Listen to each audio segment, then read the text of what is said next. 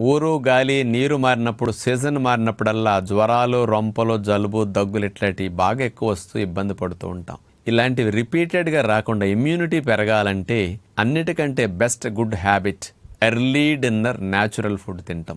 సాయంకాల పూట ఉడికిన ఆహారాలు మీరు కానీ పిల్లలు కానీ తినకుండా ప్రకృతి ప్రసాదించిన ఎండు విత్తనాలని ప్రొద్దునే నానబెట్టుకుంటే 4-5 రకాలు సాయంకాలం నానతాయి. ఆ నానబెట్టిన ఎండు విత్తనాలు తిని ఫ్రూట్స్ బిఫోర్ 6:30 బిఫోర్ 7 లోపు తినేసేయండి.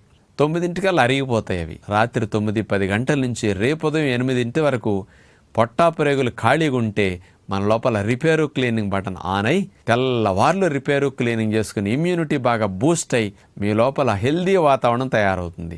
దీనివల్ల సీజనల్గా మీరు సిక్ అవ్వకుండా రక్షించుకునే వ్యవస్థ మీలో బాగా పెరిగేది రాత్రిపూట రెస్ట్ ఇచ్చినప్పుడు మాత్రమే. కాబట్టి early dinner natural food best good habit immunity boosting అని మరవకండి.